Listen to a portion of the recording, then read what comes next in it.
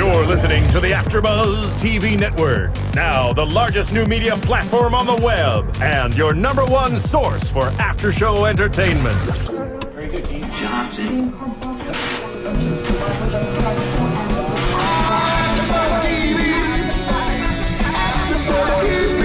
From the AfterBuzz Studios in Los Angeles, California, presented by Maria Menounos and streaming live thanks to Akamai Technologies, this is AfterBuzz TV's Orange is the New Black After Show.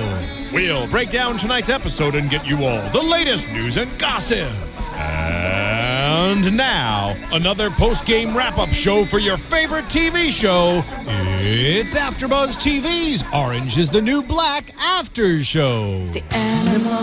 The animal, trap, trap, trap, till the cage is full. The cage is full, the day is new, and everyone is waiting, waiting on you, and you've got time. Yes. Got that note in there. Hit that. Yes. Woo! What's up, everyone? I'm Scott Moore, and with me, joining me today, is the one and only. Hello, everyone. I'm Marisa Serafini. Yes, got you out of the cage of the engineer today. We've got Ben, the Bengineer, here with us in the house. Hello. Thaddeus and Emma are, taking a tour of the facilities right now for Litchfield, making sure, the money's being appropriated in the right place. And as you can tell, Megan's not here either. No, but Gina Morelli's driving her here right now, so she should be here. That's true. For the next episode, so let's hope. She's driving her. She's on her way. So this episode, episode 9, 40 ounces of furlough. I don't know about you, but this is one of my favorites of the season by far. Well, of course, I haven't seen all of them yet, so no spoiler alerts out there, anybody. Right, me neither. I'm glad that they're taking the perspective of Piper out of prison. Even though we know that she's still in prison, she still has a good amount of time left, but how everyone in her family, her personal close relatives and friends and stuff, how they're really reacting towards her now that she's out. Yeah. Even if it's just for a few days. It's always fun to have those fun, awkward encounters. Oh, yes, an awkward indeed. Oh, my God. Yes, they did. I mean, and because it couldn't be more awkward to begin with. I mean, as we know, is she missed out on being there for her grandmother's passing. So she's missed that. So now she's coming out here in time for the wake/funeral. So if it's not already awkward enough to have to be out on furlough and see your family and your close friends, but now you have to see everybody, like people that you don't normally have to see except at the most annoying times, like extended holidays and family reunions. And now, it's already horrible enough, but now you got to add in all these extra extenuous people you don't really care about coming up and asking about your business. And it's a family event that's not everyone's too happy to be at. Yeah. I mean, it's an unfortunate situation that brings everyone together. It's a sad event, and then, of course, you're going to get all the nosy people. That's the always thing I always found fascinating, too, is like when you're at a funeral and then like everyone's just talking about regular things and they're all stuffing their face with food. It's sort of like when everyone gets together for like a big holiday, but everyone's talking about something else, and taxes and whatever else. So that's what it felt like here. It's like they're here at the sad moment, but they're all talking about, wanting to know what Piper's up to and how they still feel she's a good kid and she could turn herself around. Yeah, and absolutely. And I loved how you can tell that Piper just did not want to talk about it. She's finally out for just a few days, and then, that's the last thing on her mind that she wants to talk about. But it seems like everyone else still kind of like, hey, how's the experience going? Right. And like, oh, we still think you're the good person. Once you serve your time, we believe in you. Yeah. But what do you think of this? I'll hesitate to say this word because it's such a fun word, but it is. Like, she's kind of recalcitrant, isn't she? She's kind of like, being kind of the rebel, to her dad and to everybody else. I kind of like this side because maybe from the beginning of season 1, you wouldn't think that she would build this attitude that the prison has kind of hardened her in a way. And then now being out and just having just those quick moments to say what really is on her mind, and no one can really touch her because she's going to go back to prison. So now is the time to say what's really bothering her or what's on her mind. And I thought they played it off pretty well, too, with her coming home, because it kind of did feel even more so like a summer camp. It's almost like you've moved away and you have a new social structure and you have new friendships and new everything, and you're far away from this other reality. And it's not the same thing, but it's like whenever I go back home to Florida, it's sort of that same feeling, like the longer you're away and you have new social things and you have a new way of life, it's almost like harder to go back with the way things were, because now you're a changed person, exactly, for better or worse or whatever. And so now you're in this changed person that's coming back to the same environment where pretty much everyone around you is still the same. Yeah, and you're trying to fit back in with everybody, and it's hard to do. So it's hard. I mean, you and I, we both were away from our families, right? And so there's that disconnect that develops over the time apart. Yeah. And then you can see Piper, she still wants to be back with her friends and family, but then it's harder to go back also to finally leave them again. Exactly. And then to go back for such a short time, and you feel like they're, they might be slightly different too, but you've definitely changed. And I think, like you were saying, that disconnect, it's hard to get everyone back together in such like a short period of time when you're there for 48 hours before you have to leave again. And or like pick things up where they left off and try to get back into that zone of things. Yeah. So, which I have to say, I love when she first goes, to Larry's, and she's with Cal, and they're like going to hug and everything, and Cal like screams, "No touching!" Oh, I know. I'm like, way to ruin it. That was like your one genuine moment that you can have, and she's happy, and then you ruin it with something like that. I just love Cal because he's so funny. He's like, oh well, just a way to help you ease your transition back to the civilian life kind of thing. It was funny, but a little bit cruel. I know. I'm like, I love Cal though. That's what brothers are for. I know, but he's such like a. He's so different from Piper, but the more that we see him this season, the more that I see that they are very similar. Mm-hmm. But he's like the goofy, kind of like happy-go-lucky, not so uptight as we've seen Piper was, or we assume that we thought she was that way. And now we're seeing... Still is a little bit, especially compared to him. So it's kind of interesting to see that. Like, he's so, like, more, like, chill, and it's hilarious. I mean, it's nice to always have... When you have two siblings together, and then you can see them how they're so different, that foils, that makes the characters more interesting. It does. Especially knowing where Piper came from in the type of family makes you wonder, like, why did she even go down this path road when her family doesn't seem all that bad, but she turned, on a bad path. She went on a bad path, but in a way, it's like, kind of going back to season 1. She did, but I think what the show does such a great job of is showing that it's not all black and white, and there's these moral lines in this gray area. And really, sure, what Alex did was bad, but in the big scheme of things, she was just kind of along for the ride, and then she was kind of fell in that one-time event thing. So it shows, and that's why I think the show does such a great job of showing all these characters and showing their backstories and showing their multi-dimensions that we don't always get to see in other shows. It's so fleshed out, and it's so funny too. Like, I don't know, do you feel like this season's almost funnier than last season?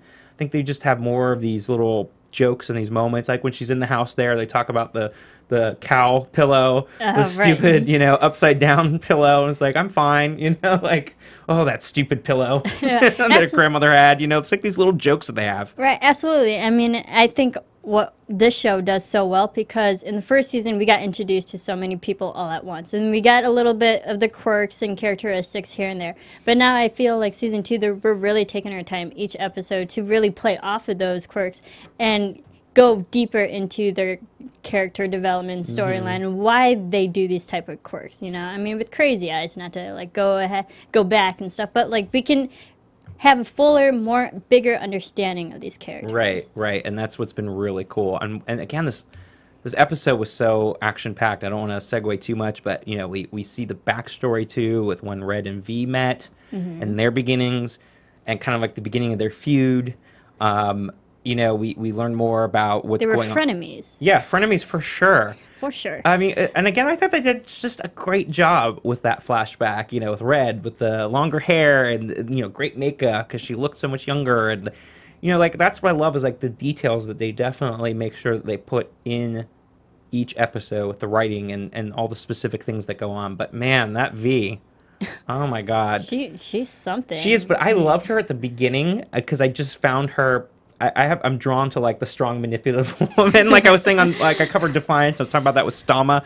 Like I love it. Because absolutely. Especially the way these characters and when they're played so well, like they're just so awesome it's like to subtle. watch. Yes, subtle it's in a way. So good. And V is just so freaking good, and the whole manipulating everyone and just the way she does it so easily. And like Suzanne's become like her little henchman now, and it's fascinating to watch. It's like and she it's not knows just Suzanne, because like she influences all the girls in certain different in ways. in their strengths and weaknesses. Exactly. Like she knows how to read people, and we've talked about this in previous episodes. She knows how to read them so well, and she knows how to get onto their weaknesses. And she knew, but Suzanne's definitely become like her right-hand henchman. It's like they just have this little language here, and she'll do anything for her, and it's really interesting to watch that, because it's sort of part of that, having people brainwashed and things like that. And you see that that's a real thing that happens. And you see it, in these couple episodes here, and you see V just taking control of every little thing from the very beginning. And it's just, her character's amazing. But I feel like she has to be stopped. Yeah, she's getting to the point now where it's almost annoying me now, too, because I'm like, how is nobody seeing it? Of course, Poussey does. And Poussey's a strong woman, and that's also, you mentioned Sam being the henchman. That's also Suzanne's character. She is the more gullible. You can see with her backstory that she always wanted acceptance for other people. And then when V came into the picture, immediately accepting Suzanne, she's like, yes, I want to be working, having friends with this person, completely make allies. So I can understand why V has Suzanne under her wing. Right, you and called not it Poussey. exactly. But I love that Poussey's not backing down, and I've been saying this, and I don't know what's going to end up happening because I haven't seen all the episodes, but I'd love to see her be the one that's involved somehow in V's downfall by the end of the series, because I just don't want to see her be brought into the dark side too, because I feel like she knows what's going on, and she's too smart. I want her to stay above the fray, and I want her to be the one to help bring it down, because I love her character. Poussey. Yes, yeah, I love, she's a good person. Obviously she's there because she did something stupid, but a lot of people. But again, overall, she's a good person. She's smart, and I really hope she's the one that leads to the downfall of V, because I'm like, V has to. She just can't keep getting away with it. It's just too much. And we see even just her comments to Red at the very beginning of the episode. She talks about, oh wow, something must be going good for you, and she's getting all the commissary items, and Red's like, I want this, and the peppers, and the all the ingredients, spices. and she's like, oh, things must be going well for you. And it's like, even when she says things, you're like, oh, shut up, like you're just oh, it's so like someone stop her, please, because she's up to no good. But yeah, and I love the fact that we also right now in prison have So. Brooke is trying to So. Oh goodness. Now, how do you feel about that? Because I was going to say, does it feel to you like the common denominator Asian stereotype? And okay, so yes, I'm Asian for all you who are listening. When I first saw So's character, I didn't like her. And I really personally, I still don't like So's character, because she does. She's just another, this is my honest opinion, she's just another Asian, someone you can't take seriously. Yeah. You have to laugh at. And I don't like that. And I mean, why can't female Asians be portrayed in a positive light or a more respectable light? Right. And so is not one of that. That's just another person. Oh, yeah, she's Asian. Let's have fun with her. Let's not take her seriously. And then her being, completely naive to the world, and all the girls, trying to just use her in different ways. And standing up for what she tries to believe in, but her not executing things right. I mean, I could go on and on. No, but that's what I was curious what your opinion would be, because her character bothers me. For that kind of basic. She definitely does bother me, and I think from also an Asian person, she doesn't portray Asians in a positive light. Yeah, and I just don't feel like they've explained her well enough yet. No. Because for me, it's like, well, why is she taking the stand? I don't know enough about her background as to why she's taking the stand. And so it feels odd that her character is in the midst of all this when we don't really know. She doesn't fit in yet. Right, she doesn't fit in yet. We don't know why she's there. We don't know anything really about her. So for me, caring about her whole stand for all this is I don't care, because I don't really get it. And the only good thing I will say is in these last couple episodes, she's not talking as much. So that's better, because she was a little too ridiculous with the over-talking. But, of course, now she's trying to take a stand, and because she's naive and everything, she's trying to take a stand against porn stash Mendez, who's now back at the prison. I'm like, ugh. Is that mustache real? No. That's what I'm saying. I wanted to know if that was real. I don't know if anyone else thinks that. I want to know, because it goes back to season 1. I'm like, I want to know if that's real or not, because it's so crazy disgusting, but it could be so good if it was real. But I think, they're playing off of the, that's how he got his name and his terrible personality. But, I mean, it would be even more, ironic if it was fake, but they completely changed his character for that because of that quality. Right, exactly. Yeah, who was it that said he's the D-list Burt Reynolds but more rapey? Was that? I don't remember. Who was that? I know. I'm trying to remember that. It's like I write all these notes down and then I forget because I was watching like 2 a.m. last night. Like, who actually said that? But you guys will have to tell me and let me know who it is. But that's basically who he is, and it made me laugh out loud when D-list Burt Reynolds but more rapey. Then we've got the old ladies in the kitchen. And they basically tell the kitchen ladies, you underestimate us as we age. And so that was kind of a good moment, I thought, too. It was a small moment, but it was good to see them kind of take charge and show, like, okay, they may be older, but they're still in the mix. I liked that because now we got the older perspective and how they still have survived all these years in the prison because they were probably young when they started. Exactly. It seems like they are lifers, probably. Yeah. And, like, they had to keep their own and hold up for themselves, and I liked bringing the older perspective. It's like, hey, don't mess with these ladies either. Don't underestimate them as age. They may move as fast as you, but they definitely have smarts and more experience than the younger generation does. Absolutely, and they've been there for a long time. Don't underestimate them. Don't underestimate. So I love that they had that quote with the kitchen ladies, and then you were kind of going back again with Red and V, and I'm just happy that we finally got to kind of see where those beginnings started from, like where this frenemy thing came from, what was going on. And you see this, there are 2 very powerful personalities that are alpha females. Yes, yeah, and they're used to absolutely, and they're used to being in control, and now they're coming here and they're both vying for this control. And it's again because we're seeing this, and we kind of knew that it was setting us up when when V came back into prison, and we're seeing, okay, there was a history there. You have these 2 powerful women. How did it all begin? And I just think it was really, really, really well planned out. And we got to know why, V is the way she is in this sense in the prison, and why Red feels the way she does from the very beginning. What was your perspective on it? Did you like the way they told the story on how they came to be there in the flashback? I liked it. I mean, I always like the flashbacks because we obviously understand more about the characters. I think it's interesting how, because even in season 1, we didn't really know Red's full story. But now when you add another story on top of her vague background, and knowing that V was also in her picture in her past, it makes Red more interesting because we still don't know Red's full story either, so no, we don't. it's little bits here and there, and I like how they're slowly building up to, and it's making me, at the beginning of season 1, I didn't think I'd be rooting for Red. Me either. And you brought up a good point. I like how the way they're writing and building characters, we're making Red more the protagonist and be the antagonist. No, it's exactly. You brought up a very good point because that was going to be my next thing, is that I feel like I'm starting to have a fondness for Red now. Exactly. Like there seems to be a warmth about her now from how much I couldn't stand her from the beginning, first couple episodes of season 1 and really heading into this new season. But I find myself really cheering her on now and really liking her, and she has this warmth and almost like this grandmotherly. Yeah, I feel like a more maternal instinct, and I think I believe it was Red who hugged Piper before she left on her furlough. So Red is becoming a more likable character. Yeah, she's just warm. I really am liking her. It's almost like the whole change they did with Caputo, where I'm like, oh, wow. You didn't think you'd be rooting for him? Where would I be ever rooting for him? Because he was always the nasty, pervy, gross guy that was there, like, abusing power, and now all of a sudden you see this whole other side to him, and you're like, holy crap, like, he cares about the women and a genuine, and he's, a whole other thing about him, and that's why I think the writers do such a great job. But yeah, I definitely am really starting to root for Red now. And I love the character switches and stuff because even going with Healy, beginning season 1, you liked him, but at the end, he was such an a-hole. He was. And so, like, they really do a great job of, changing characters in the smallest ways and making us see them in a different light. Right, and also kind of realizing now, and that's a good point, too, because that's a good segue into Healy, because now we see him going to therapy.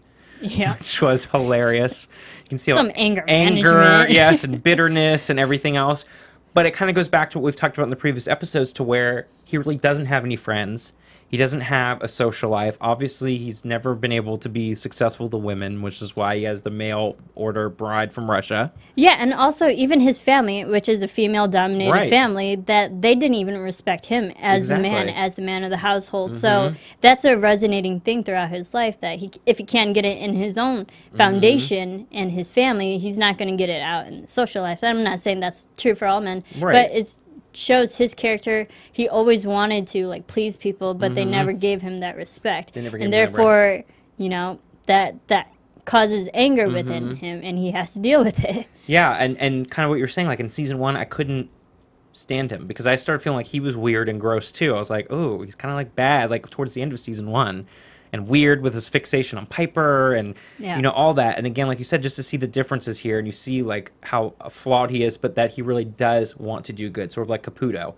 And he really wants to change his ways. He wants to change his ways. He wants to be better, and he wants to help people too. At least that's how they're leading us to believe now. I'm like, who knows how they'll turn it around next season or whatever. But right now you're feeling like, okay, I actually kind of feel sorry for the guy. And like I said, for most of these guards too, they live in this small town. They don't have anything really going on. There's not much of a social life. There's not much of a way to meet new people. Oh, I so know what that's like. And so they're like, it's kind of trapped in this having to bubble. meet. Yeah, the bubble, and having like their work becomes their entire existence. And so you see that with Healy. And I don't know, like what was the reason why he felt he had to go to therapy? Was it because he thought he could maybe work on saving his relationship with his wife? I think, and you know, it's a multiple factors. His family, you can see that he's not connecting with them, and then he also, I believe it was this episode where like he was overheard the girls saying that they didn't like him, and then you know that takes personal to him, and yeah, maybe you do have to go talk to an outside source, someone who's non-judgmental and unbiased towards you, and you have to say all these things that are bothering you. And again, like he can't talk to his family, so he has to talk to someone else. And then we can see he does want to change his ways, because he's even like helping Pennsatucky at the end of the episode and saying, hey, you know, before you even go to shoot, just come talk to me on a weekly basis. So it's helping each other out. Well, I was wondering too, did he do that more out of his own thing? It was like a weird thing. It was almost like he went to therapy and he was talking about how he's like the counselor. I'm thinking like, is now he's feeling like he has to do this for himself to prove that he is a good counselor, and so he feels like she's like the good fit for that to like change this person. So in a weird, I felt like it was his own prove himself more than the fact he's like really not saying he doesn't care, because I was just saying 2 seconds ago that he cares. But in this instance, I felt like it was more for his own thing, like personal to prove to himself, like, I am the good counselor. I can do this. You know, I'm going to go prove it now, because I'm going to be able to bring her in, and we're going to, you know, really make a difference here. I'm going to help her out here. Yeah, that may be true. But on some level, I do think Healy does want to change his ways, and he does want to become a better person. So, yeah, I mean, if it is to use someone to make himself a better, I don't really feel bad about that. And, I mean, if it works for him, then do it. Go for it. Yeah, no, we'll see. We'll see how it progresses throughout the rest of the season, and what he's going to take from his own therapy and bring it back to the prison, and see what's going to happen there. But kind of going back to Piper again, this was such a great episode with her being in furlough. Oh, yeah. I mean, it was just amazing. I just loved everything about it, you know. Then she has this moment with her dad where she basically confronts him, because he basically says, oh, I'm proud of my baby, you know, my baby girl. And she stands up first off. Of course, it's kind of awkward, because even he says afterwards, like, oh, look, my mother just died, you know, can kind of lay off on it. But again, it's sort of this new and improved, like, not taking any crap Piper anymore, and kind of like, no, I'm fine. It's okay. I'm going to be in there. And then what was that? The old couple that she talks to as well. Right. I think she's kind of over being in prison, that like everything is so straightforward and blunt and hard in a way. And then like the environment she was raised in, it seems like things were sugar coated, and then people made it better than what it really was. And she was kind of babied and catered in that way. And now that prison changed her whole outlook, and when someone's trying to again maybe baby her again, she's like, no, like, I'm an adult, I can handle this. You know, I'm in prison, I'm not a baby anymore. And of course she is hanging out with Larry that first evening. The minute she gets back, I mean, that whole scene was great too. You kind of knew it was going to be an awkward situation. Yeah, well, you know, it was awkward anyways because it was kind of like, okay, you guys supposedly broke up. And now it's like you're going there. Obviously, that's where all of her stuff is and everything. But so she goes there first, and then she's like, hey, let's all go out. Of course, she's technically not allowed any alcohol or anything else, which I thought was interesting, too, because I get why they wouldn't do it. But if you're not there, like, and they're not enforcing it, because at first I'd said in previous episodes, like, maybe she's going to have, like, an ankle bracelet or whatever, and that can monitor your alcohol and everything. But supposedly they didn't do that, so because she's in low security, so she's absolutely completely free to do what she wants. So I'm wondering, why aren't they allowed to have alcohol? If, you know, I could see no pot or no drugs or things like that because those are illegal, whatever, but alcohol isn't. So I'm wondering why the reason why they didn't want her to have anything to drink during her furlough. Well, also alcohol is also, you know, a depressant in a way. So, and sometimes everyone reacts to alcohol differently. Right. So she can react in an angry manner when she's drunk and like lash out and cause more violence or trouble that might land her even more time in prison. That's true. I guess it's an easy blanket. It's probably just to control her situation that she doesn't go outlandish while, you know, not being monitored. Yeah, be on a bender for 48 hours and it's like you got to be sober in the world when you're out there. Yeah, no, I just thought it was interesting they said no alcohol, but they have really no way of enforcing it per se. So, of course, Miss Rebel Piper, who, you know, we've already seen her making stupid decisions along the way, just makes another stupid decision, you know, like immediately starting to drink. She has this whole moment with Larry. I loved how she like just downed that drink. I know. She was like, "Oh, this is so good, so delicious." But I understand it. If I was her too, I'd do the same thing. I'd be like, "I want my drinks." Yeah. I don't know how I would. I think anyone in that position would just like down a glass of wine. Exactly, absolutely. I don't blame her. I don't blame her one bit. But that whole bathroom scene was so awkward. Oh, it was hard to watch. Honestly, it was. It was so awkward. You knew it was gonna end up bad. Yeah. And of course it did because Larry basically comes clean that he hooked up with someone. And that she knows that he admitted that she knows, and I'm like, oh. I mean, Larry, goodness. I'm glad Larry was kind of honest on some degree, saying that I did sleep with someone. This, you know, we are separated and stuff. So he wasn't really leading her on. No, it was really her going after him. No, but also, I'm also happy that he didn't tell her that it was Polly. No, but he's making it obvious enough that I have to believe that she's going to find out. Because when you're telling them it's someone they both know, it's easy to start crossing off people off the list. And even though she said in the bathroom, like, I don't really care, you're right, we're broken up, and it makes sense, and she's feeling her own guilt for having cheated on him. So she's sort of like letting him off the hook. So yes, I commend him for being honest. But at the same time, when you have to add in someone I know without, or someone they know without saying who it is, it just makes it even more annoying because then you know that eventually it's going to come back. Eat you alive, trying to just figure out who it is. You know that she's going to do this, and because she's going to have to, because that's Piper, and then she's going to go in and like obsessively, compulsively start thinking about. And the terrible thing is, like, when she figures that out and she's going to be in prison, she's not going to be able to do anything about it. No, exactly. It's, oh, my God. I mean, but do you think, and maybe this be a terrible thing, do you think that's karma with her sleeping with... Well, I mean, yeah, in a weird... yes, I think Alex? The writers are doing that, yes. But I also... As we were talking about in some of the previous episodes, it was almost like you knew something like that was going to happen. You know, Megan and I were talking about, we're like, it's going to happen, because it was just too obvious. Like, they were spending all this time together, Polly, and, you know, for her husband to just disappear to go to Alaska after the baby's born, like, that's... Weird. Like, that's a terrible thing to do. That? Not only as a husband, but as a new dad, you're going to just, like, take off. So it already put, like, Polly in a vulnerable place. And you have Larry, who's already vulnerable, who's now, you know... Two vulnerable people. Yes, exactly. Two vulnerable people that have known each other for a long time that are able to kind of hang out together. Right. So, in a way, it was just like, it was going to happen. It was inevitable. But you know what? I kind of like Larry and Polly together, because they do have good chemistry. They do. That's what I'm saying. I think they set it up as a very good thing, but they do have good chemistry. And you know, it's kind of like Larry's could be a good stay-at-home dad working on his writing, taking care of the baby and everything. So, you know. She's quirky in a way. Yeah. And he's definitely quirky. He's quirky. Yeah, so two quirky people. It could work. I know. So, yeah, we'll see. But then we have the next day where she's going in, you know, to the actual funeral wake, and she's feeling like a lion in the zoo. And I love the whole like comment too about them talking about the kitten heels, and then the grandmother saying, "Oh yeah, they're like the boiled carrots footwear." Like, it's hilarious. For also, the weird thing is, why were they like calling their grandmother Celeste? Like, that was weird. They were going back and forth with that, and they were calling her Celeste, and that was bizarre. And then they were calling her like the formal grandmother, which kind of fits in with, you know, them being like waspy and everything. But it was just cracking me up why they were calling her Celeste all the time, like back and forth.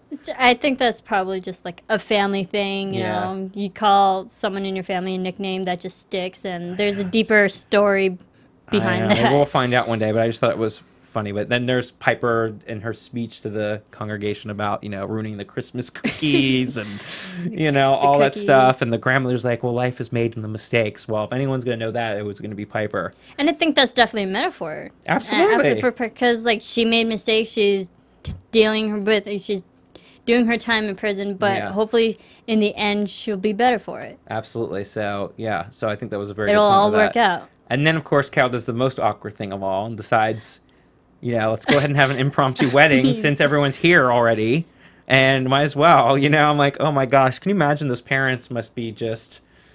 They're going to be so torn right now.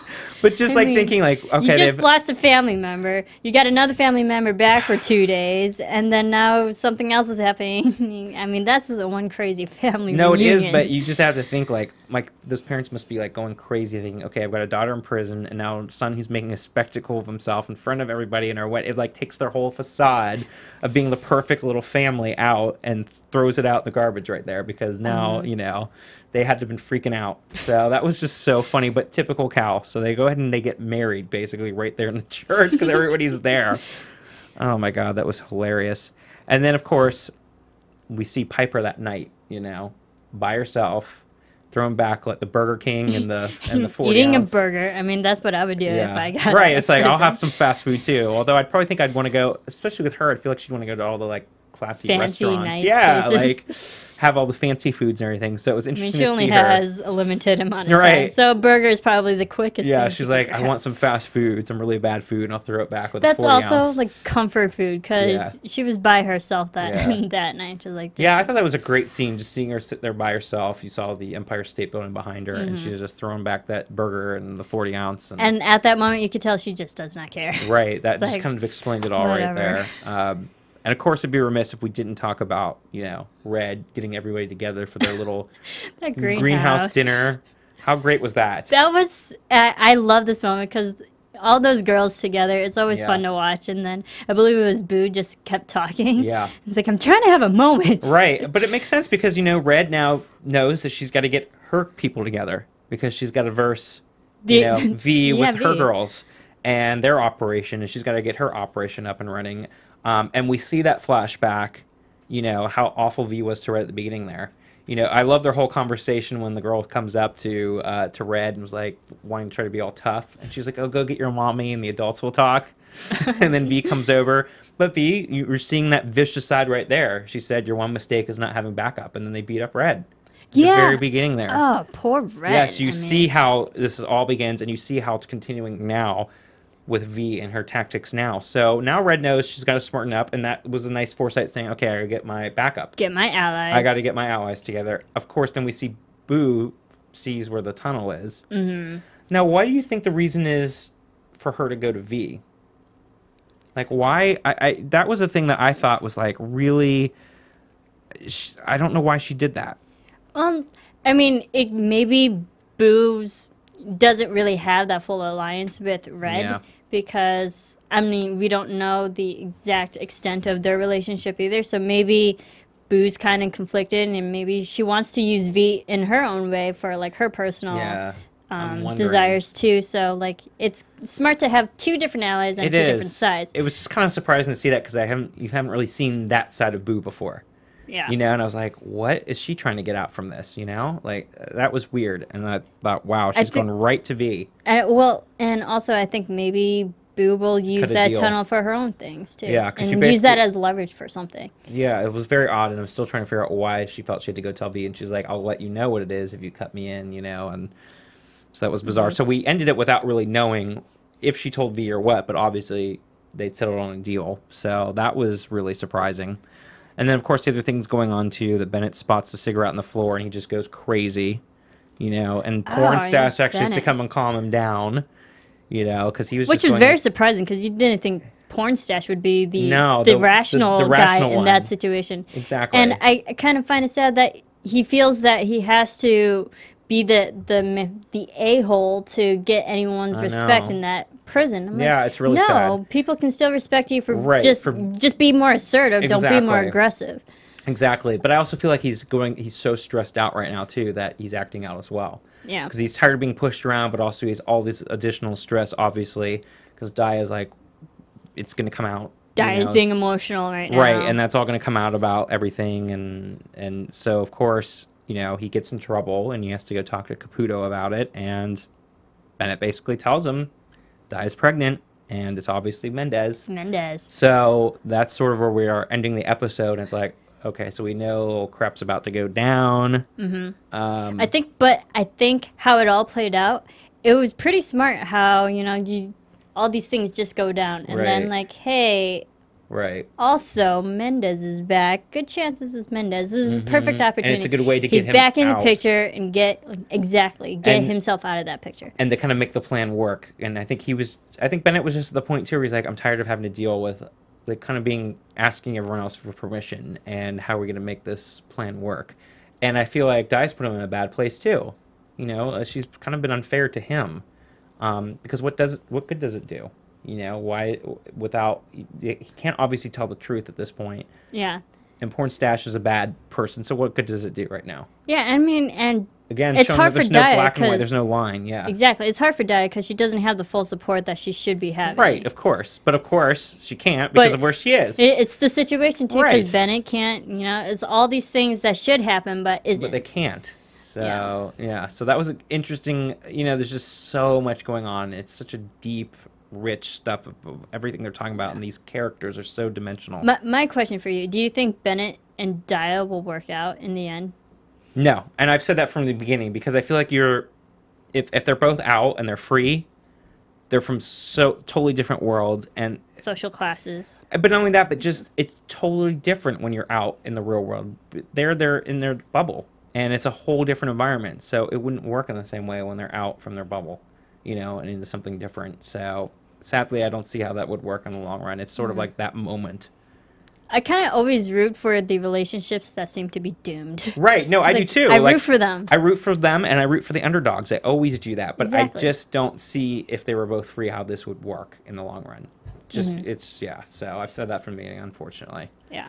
So any other, like, final thoughts? Anything else that you think do we miss? I know there's so much going on. Of course, we have...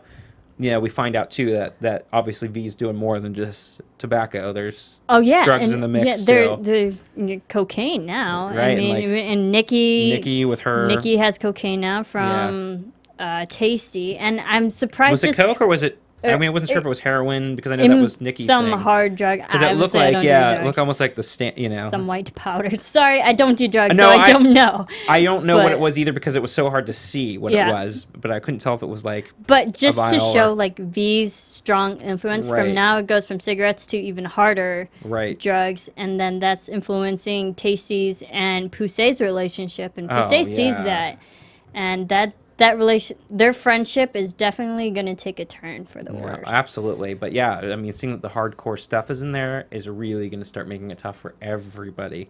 So yeah, she doesn't mess around. And again, it's putting everyone in edgy places too, because now she knows she can grip them if they go in and start doing the drugs, because then they're going to be hooked and wanting more of it. So it's getting crazy. I have one other favorite line of Cal's too. What he said earlier is it's like a polyp in the sea of human mundanity. Yeah. Yeah, he did say that at the funeral too, and I thought that was great. I mean, I like Cal. He's the funny, the happy-go-lucky guy. Yeah, that's definitely like comic relief of this episode. Yeah, and he doesn't, have to put up with the waspy expectations of what he should be doing with his life. He's doing the complete opposite, kind of living off the land and all that. But yeah, it was a really, really good episode. Is there anything that I enjoyed it. I mean, it should be interesting where it's all going to lead to. Yeah, because now we're down to like the last, last 3-4 episodes. it's all going to come to a head, and I'm getting excited to figure out what's going to happen. What do you predict? Ooh, predictions. And now, your AfterBuzz TV predictions. Well, like I was saying, I know that the V-Red thing is definitely going to come to a head here. We see Red kind of getting her army together. We see, V with her stuff. So it's gonna end up being an all-out battle, and I don't know if it's gonna end well for anyone. The problem with Poussey is I feel like she's gonna be caught in the middle, and I do worry about her. But I hope that she'll be the one to kind of take down V, because she's gonna be, she's the smart one, right? And she's gonna find a way to take her down once and for all. I don't know how that's gonna happen yet, but I want her to be involved, because you hate to see someone, like the good person, kind of.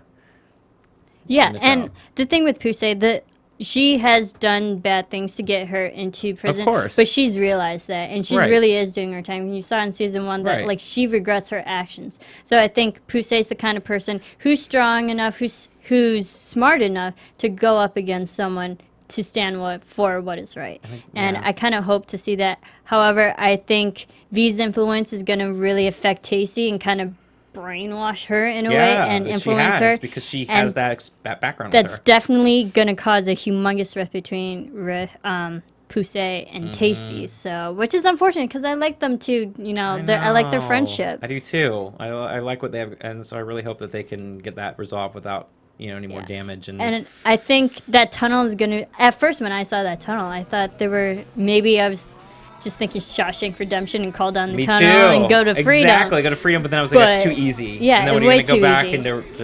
into jail for longer, it doesn't serve Red any good. No, so... But I also think Porn It's definitely going to come into play. It is, and I think he's going to be fired, or something's going to happen to him, reprimanded severely.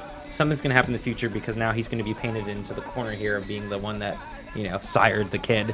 So that's going to be interesting to see what happens, too. Lots of good stuff. But where can they find you? You can follow me on Twitter and on Instagram at Serafini TV. Yay, thanks for filling in with us today. Of course, thanks for having me. You can find me on Twitter at SMan80, that's SMan80, and here for True Blood After Show, as well as Defiance. Yeah, I do a bunch of other shows, too. Yeah, you're everywhere. You're everywhere.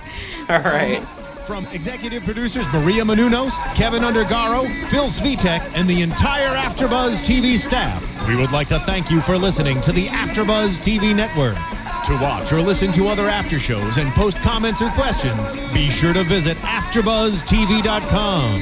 I'm Sir Richard Wentworth, and this has been a presentation of AfterBuzz TV. Buzz you later.